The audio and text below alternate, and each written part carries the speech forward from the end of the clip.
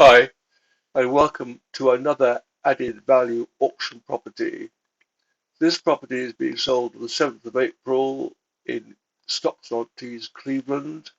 It's guided at £50,000. It is, as you can see, a mid-terrace property, 4 bedrooms, and it's a large property. Was a guest house, so it needs some modernizing with huge potential. Previously used as a guest house.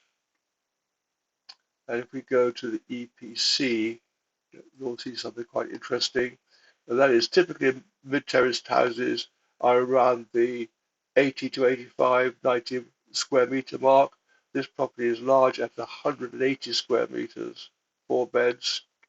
The other thing about it is that if I scroll down, it has got solid brick walls, so no cavity walls, so it will need dry lining. And we'll look at the floor plan in a minute. It will need dry lining, and that's an extensive amount of work to do. So to look at,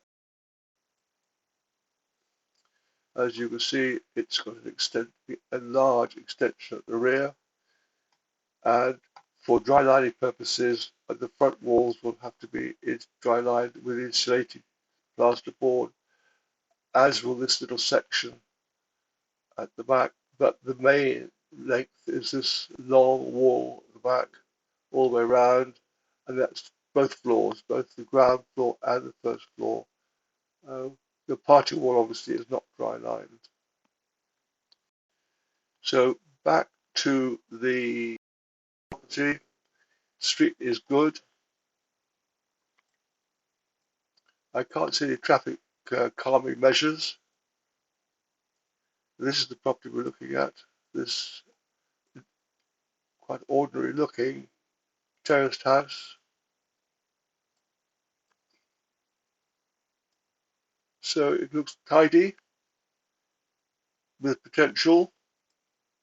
If you check the EPC records, you'll find that the adjoining houses are split up into rooms. Going to the rear of the property, it's this property here with a blue door, and as you can see, the extension, the brick is substantial.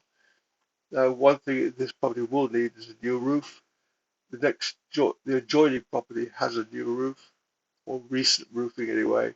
This property will need a new roof, and that should be brought into your fix-up costings. One thing I'm not clear about is what this little extension here is. It's not on the floor plan, or doesn't appear to be anyway.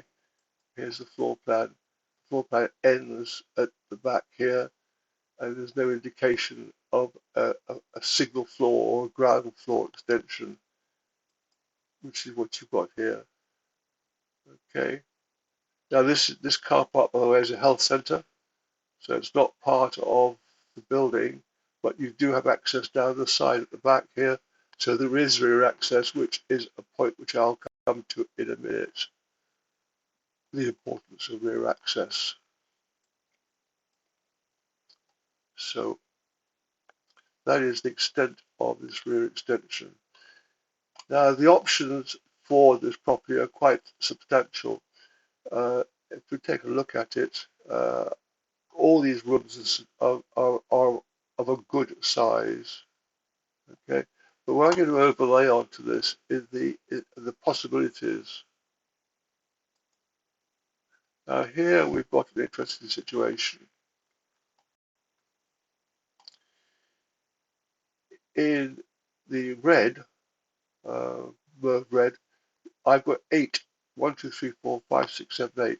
There are 8 potential rooms that could be let. So you've got 2 at the front, then 3 and 4 at the back, 5, 6, 7, and 8. Now, 3 and 4, you could think you can't let them separately as rooms because you can't get to them. Well, you can from the outside. And also remember, we have rear access, so we don't have to come through the property to get to these rear rooms. We can come in through the back of the property. If I go back to the picture of the rear,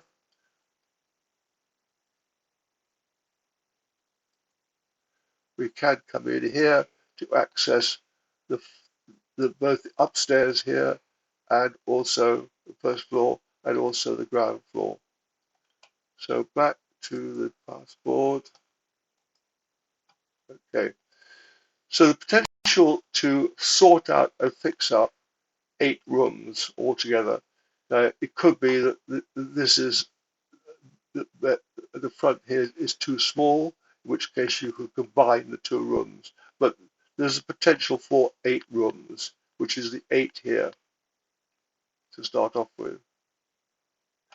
The next option is to go to 4, which are the blue circles. So broadly speaking, I am sorting out as a single unit the ground floor front, followed by the ground floor rear with rear, followed by the first floor rear, again rear access, and first floor front through the front door.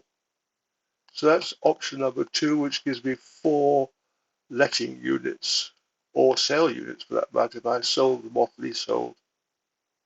The next option is 2 units, where I split it into 2 properties, one at the front and one at the rear.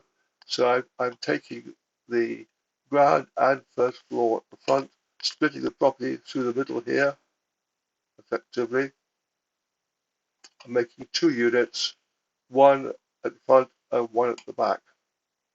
And then the final option, obviously, is to keep the property as a whole and let the property as a single dwelling unit.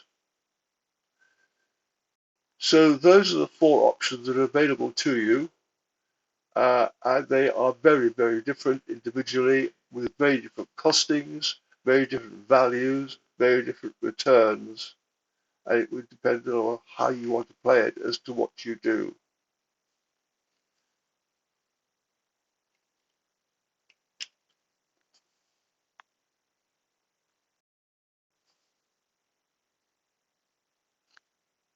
Now, obviously, planning would be required, certain aspects of this, but not a lot. And judging by the amount of split up that's occurred on the adjoining properties, these could be checked through the EPC register.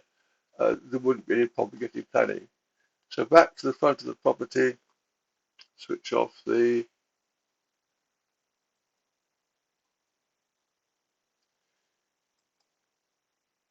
We've got a good street here.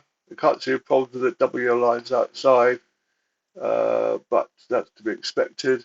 Remember, you've got rear access. So if you were needing to park at the front, you can, or you can park at the rear.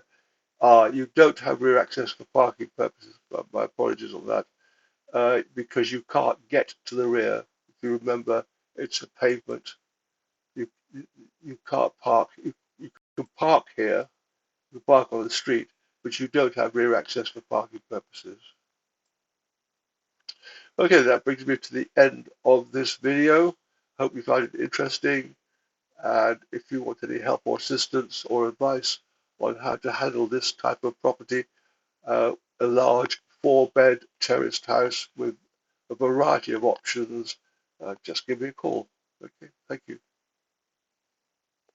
Till next time.